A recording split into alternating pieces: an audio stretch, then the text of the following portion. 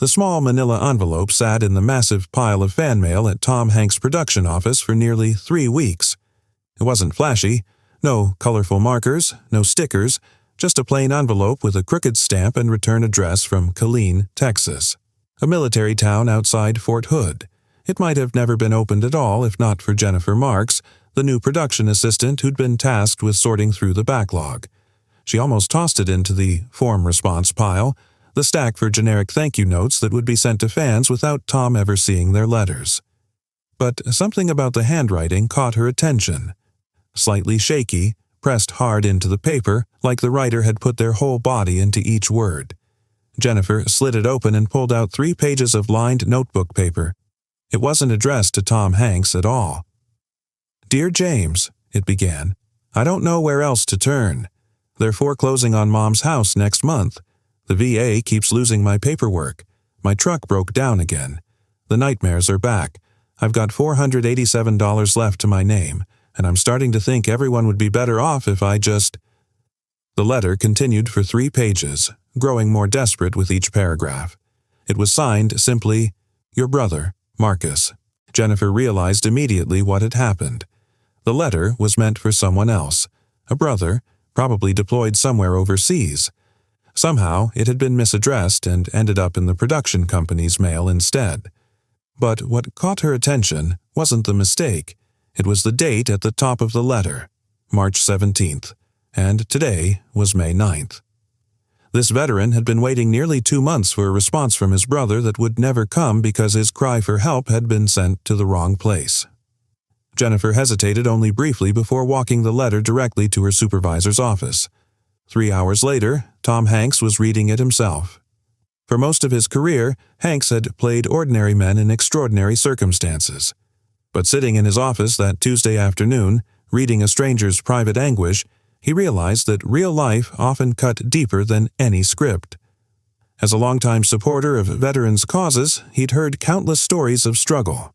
But something about Marcus Wilson's letter, the raw desperation, the sense of a good man at his breaking point, resonated differently. "Find him," Tom told his team, "today." What began as a simple attempt to redirect a lost letter would evolve into something that none of them could have anticipated. A mission that would challenge a broken system, restore a community's faith, and remind America what true service meant. But first, they had to find Marcus Wilson before it was too late. Marcus Wilson's fingers trembled slightly as he sorted through the stack of overdue bills on his kitchen table. Outside his small rental house on the outskirts of Killeen, the Texas summer was already brutal, pushing past 90 degrees before noon. Inside wasn't much better. He'd turned off the air conditioning to save on electricity. $247.83. That's what remained in his checking account after the last automatic withdrawal for his car insurance. The foreclosure notice on his mother's home required $4,800 to stop the process. His disability claim had been under review for 16 months. The collection agencies called daily about his medical bills, $43,786 and counting. After 3 tours in Afghanistan and 1 in Iraq, Marcus had returned home with a Purple Heart, a traumatic brain injury, and a body full of metal fragments too small to safely remove. What he hadn't returned with was the ability to navigate the labyrinthine veterans' benefit system or to explain to potential employers why he sometimes lost focus mid-sentence or needed to sit with his back to the wall in any room. "Damn it, James," he whispered to himself, thinking about the unanswered letter he'd sent to his younger brother 2 months ago. James was still serving, currently on deployment with limited communication. He'd always been the practical one, the problem solver. Marcus needed that steady voice right now. The knock at his door was so unexpected that Marcus instinctively tensed, his hand automatically reaching for a weapon that wasn't there. Old habits. He peered through the peephole to see a woman he didn't recognize, professionally dressed, holding a leather portfolio. "Mr. Wilson? Marcus Wilson?" she called through the door. "My name is Diane Reynolds. I'm here about your brother James." Marcus felt his heart drop. This was the visit every military family dreaded. He opened the door, bracing himself for the worst. "Is he—" "Your brother is fine, Mr. Wilson," Diane said quickly, recognizing the fear in his eyes. I'm not from the military, but I do need to speak with you about a letter you wrote to him recently. Marcus stared at her, confusion replacing fear. How do you know about that? It's complicated, she replied. May I come in for a few minutes? I promise it's important. Cautiously, Marcus let her in. His living room was sparse, a couch with a worn blanket, a coffee table stacked with Veterans Resources pamphlets, and a single photo of his unit on the wall. No TV. He'd sold it months ago to make a truck payment. Diane sat on the edge of the couch, opening her portfolio. Mr. Wilson, your letter to your brother was accidentally delivered to Playtone Productions in Los Angeles. That's Tom Hanks's production company. Marcus blinked. What? That's impossible. I know James's deployment address by heart. She handed him a copy of his letter, complete with the envelope. The address was indeed wrong. A mistake in the APO military code had somehow rerouted it to a similar-looking civilian address in Los Angeles. Your letter was read by Tom Hanks himself, Diane continued, watching his expression carefully. He was moved by your situation and asked me to find you. Marcus laughed, a sharp, disbelieving sound. Right, Tom Hanks read my letter, and I'm going to win the lottery tomorrow. I understand your skepticism, Diane said calmly. She handed him her business card. I'm a veteran outreach specialist. Mr. Hanks's team hired me to locate you and to make an initial assessment of how they might help. Help? Marcus repeated, still processing. Look, I appreciate whatever this is, but I don't need charity. I need the system to work like it's supposed to. I need the VA to process my claim. I need potential employers to understand that TBI doesn't mean I can't work. His voice rose slightly. I need my brother to know I'm okay, and my mom to not lose her house after my dad spent 40 years paying for it. That's what I need. Diane nodded, unfazed by his outburst. Mr. Hanks doesn't want to offer you charity, Mr. Wilson. He wants to offer you a partnership. And yes, to help your specific situation. But he also wants to understand how your experience might highlight systemic problems affecting thousands of veterans. She placed a sealed envelope on the coffee table. He asked me to give you this. Take your time. Read it. My number is on the card if you have questions. I'll be in town for 3 days. After she left, Marcus stared at the envelope for nearly an hour before finally opening it. Inside was a handwritten letter on personal stationery. Dear Marcus, it began in a surprisingly casual scrawl. First, let me apologize for reading a letter that wasn't meant for me. Life has strange ways of connecting people sometimes. I've spent my career trying to portray the experiences of soldiers in films like Saving Private Ryan, but I know that fiction barely touches the reality you've lived. The letter continued for 2 pages, personal and direct. It ended with a simple request. I'd like to talk with you. Not for publicity or a film, just to listen and learn how I might help, both with your immediate situation and perhaps with the larger issues veterans like you are facing. My private number is below. No pressure, no cameras, no agenda beyond conversation. With respect and gratitude, Tom Hanks. Marcus read the letter 3 times, looking for the catch, the angle, the hidden agenda. He found none. That night, after pacing his small house for hours, he finally picked up the phone. Tom Hanks had imagined many scenarios for his first meeting with Marcus Wilson. What he hadn't expected was to be sitting in a modest diner just outside Killeen, Texas, 2 days later, wearing a baseball cap pulled low as he listened to a veteran who still couldn't quite believe who he was talking to. I keep thinking someone's going to jump out with a camera, Marcus admitted, stirring his coffee nervously. The diner was quiet in the mid-afternoon lull. A few other patrons occasionally glanced their way, but in his casual clothes, Tom didn't draw immediate recognition. No cameras, Tom assured him. This isn't for publicity. This is just 2 guys talking. For the next 2 hours, that's exactly what they did. Marcus shared his story, not just the headline version, but the detailed reality of a warrior trying to reintegrate into a society that claimed to honor veterans but often failed to understand them. He described the catch-22 of veterans' care, needing help to navigate the complex benefits system, but having to navigate that same system to get help. He explained how his mother, a 71-year-old widow of a Vietnam veteran, was about to lose the family home because she'd taken out a second mortgage to help pay for his medical expenses before his VA benefits were in place. "The hardest part isn't even the physical stuff," Marcus explained, gesturing to his leg. "It's feeling like I've lost my purpose. Like all that training, all that experience, all that commitment doesn't translate to anything valuable back home." Tom didn't interrupt much, just occasionally asked clarifying questions and took notes in a small notebook. There was none of the performative empathy that Marcus had come to expect from civilian "thank you for your service" encounters. Just focused attention and genuine curiosity. "What would help?" Tom finally asked. "Not what do people think would help, but what would make a difference for you and others like you?" Marcus considered the question carefully.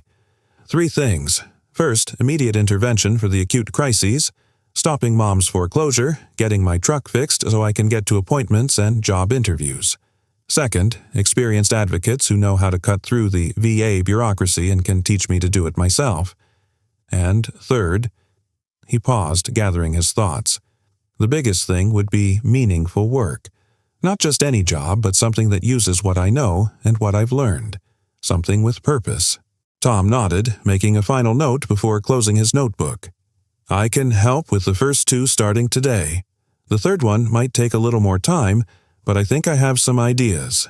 What Marcus couldn't possibly know was that before flying to Texas, Tom had already assembled a small team of experts, veterans advocates, legal specialists, and career advisors with experience in military transitions. He had also made several calls to friends in both the entertainment industry and beyond, planting seeds for something larger than just helping one veteran. "I'm not looking to be saved," Marcus said firmly, "and I'm not comfortable being some celebrity charity case." "Good," Tom replied with unexpected firmness, "because that's not what I'm offering. What I'm proposing is a partnership. Your experience and your insights, combined with resources I can bring to the table. Not just for you, but eventually for others." The skepticism in Marcus's eyes hadn't fully disappeared, but it had softened. "Why? Why would you do this for a stranger?"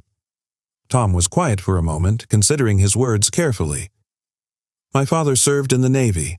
My uncle was at D-Day. I've spent years researching military experiences for films, meeting veterans and hearing their stories. But sometimes it takes one specific story, one letter that lands in the wrong place at the right time, to move from general support to specific action." He leaned forward slightly. "Your letter wasn't asking for help, Marcus. That's what got to me. You were just trying to update your brother on what was happening. The quiet dignity of that, even in your darkest moment." Tom shook his head. "I couldn't just send it on its way with a nice note."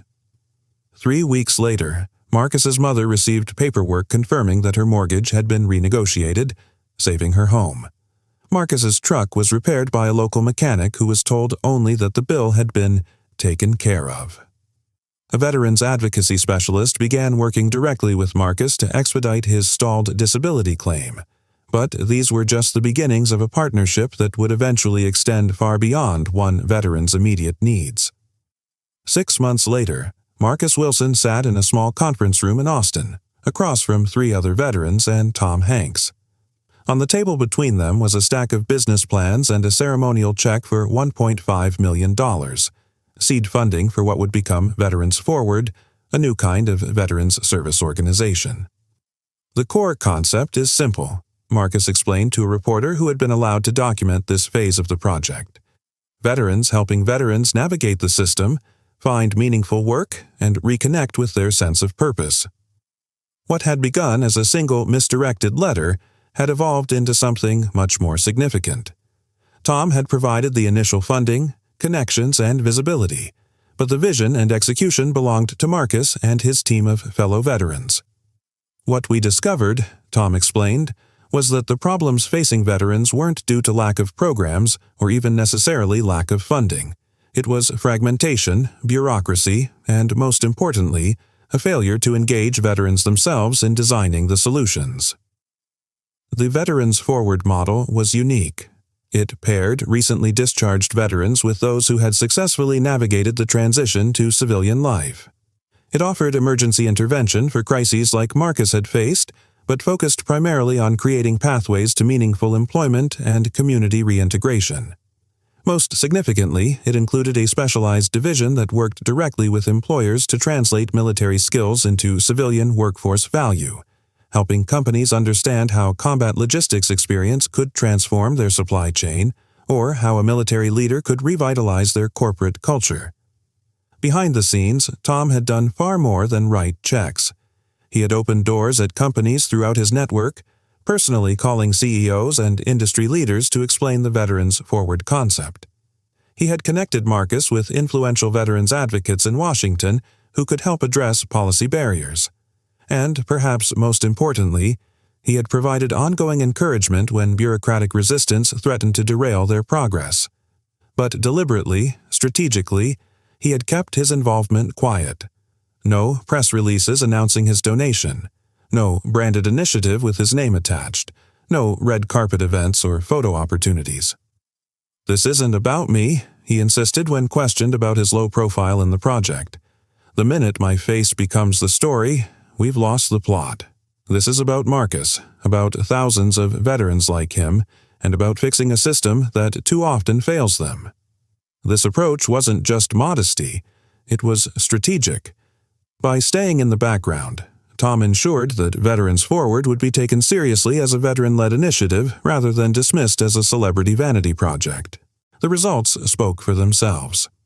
Within the first year, Veterans Forward had directly assisted over 300 veterans in crises, helped more than 500 navigate their benefits claims successfully, and placed nearly 200 in jobs that matched their skills and offered genuine career paths. Among them was James Wilson, Marcus's brother, who had returned from his deployment to join his brother as one of the organization's first program directors. 3 years later, on a crisp November morning, Tom Hanks stood at the back of a crowd gathered for the opening of the Veterans Forward headquarters in San Antonio, a converted warehouse now filled with offices, training spaces, and community areas. He wore no formal attire, just jeans and a jacket, blending in with the other supporters. On the small stage, Marcus Wilson, now executive director of an organization operating in 7 states, addressed the gathering with confidence that had been hard-won. 3 years ago, I was sitting at my kitchen table with less than $500 to my name, about to lose everything, he told the crowd. Today, our organization has helped more than 4,000 veterans find their footing and their purpose after service. He didn't mention Tom's name or contribution. That had been their agreement from the beginning. This wasn't about celebrity endorsement. It was about building something sustainable that belonged to the veterans themselves. After the ceremony, as people mingled and explored the new facility, Marcus found Tom near the back exit, preparing to slip away without fanfare. "You're not staying for the reception?" Marcus asked, though he already knew the answer. Tom shook his head. "This is your day, your achievement." "Our achievement," Marcus corrected him. "You know, at some point you'll have to let people thank you properly." "Maybe someday," Tom agreed with a small smile. "But not today. Today belongs to Veterans Forward." As they said their goodbyes, Marcus handed Tom an envelope. "What's this?" Tom asked. "A letter," Marcus explained. "The right letter this time, delivered to the right person." Later, on the private flight back to Los Angeles, Tom opened the envelope. Inside was a simple note and a second sealed envelope. The note read, "3 years ago, a letter meant for my brother ended up changing countless lives because it landed on your desk instead. Now my brother has written you a letter of his own. Thank you for everything. Marcus." Tom opened the second envelope to find a letter from James Wilson. It detailed how the Veterans Forward program had not only transformed his brother's life, but created a model that was now being studied by the VA itself for wider implementation. It described how their mother had become a fierce advocate for military families, starting support groups in 3 states, and it explained how what had begun as one veterans crisis had evolved into a movement that was changing how America treated those who served. The letter concluded, "Some people talk about supporting veterans. Some wear flag pins and attend parades. But you did something different. You listened, you learned, and then you empowered us to help ourselves and each other.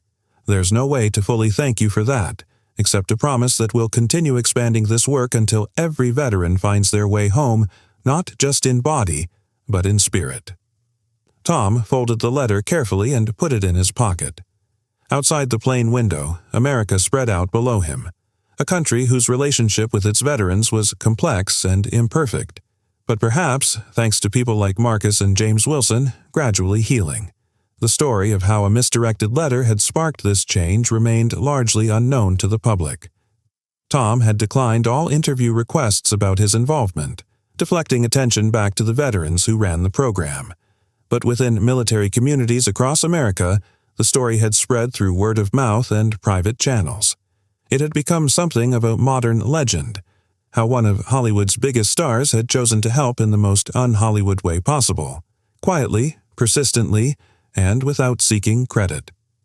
In a time of performative charity and carefully curated public giving, Tom Hanks had chosen a different path, one that prioritized actual impact over recognition, sustainability over spectacle, and empowerment over assistance.